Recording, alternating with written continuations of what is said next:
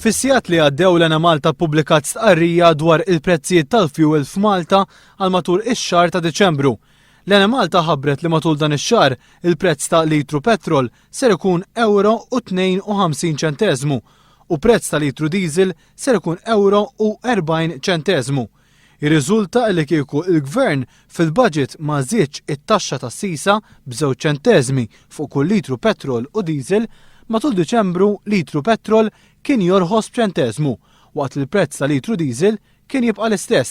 Minflok iżda dan ix-xahar il-petrol ser jerġa' jogħla b'ċentesmu u d-diesel b'2 ċentesmi. Żidiet li jolqtu fil-laħam il-ħaj lil nies bħal furnara u s-sidin tal-minibuses. One News kellem ma' Raymond Briffa, President tal-Assoċjazzjoni tal-Furnara, li spjega kif id-dħul miż-żieda fil-prezz tal-ħobs ta' ftit tal-ġimgħat ilu diġà bdiet titnaqqar. F'Ottubru għala l-ħobs. Ġimgħa 15 wara mill-ewwel qabad jitnaqqar il-naqra li għollejna.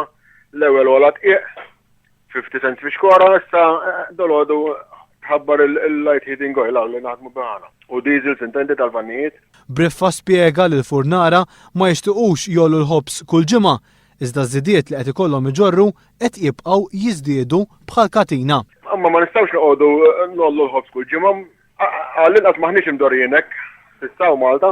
Tal-istess ħsieb huwa Emanuel Falzon mill-Kooperattiva tal-Minibuses li qal li meta tqis li l-membri diġà jkollhom jagħmlu tajjeb għaż-żieda ta' kull xahar, iż-żieda fil-prezz tal-fuels imħabbra fil-budget żgur li kienet żejda.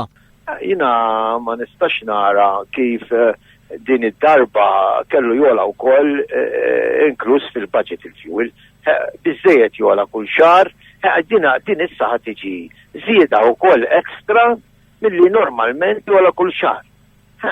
Kon għan biżejjed insibu problema li jola 3 cents u jorħos 1 cent.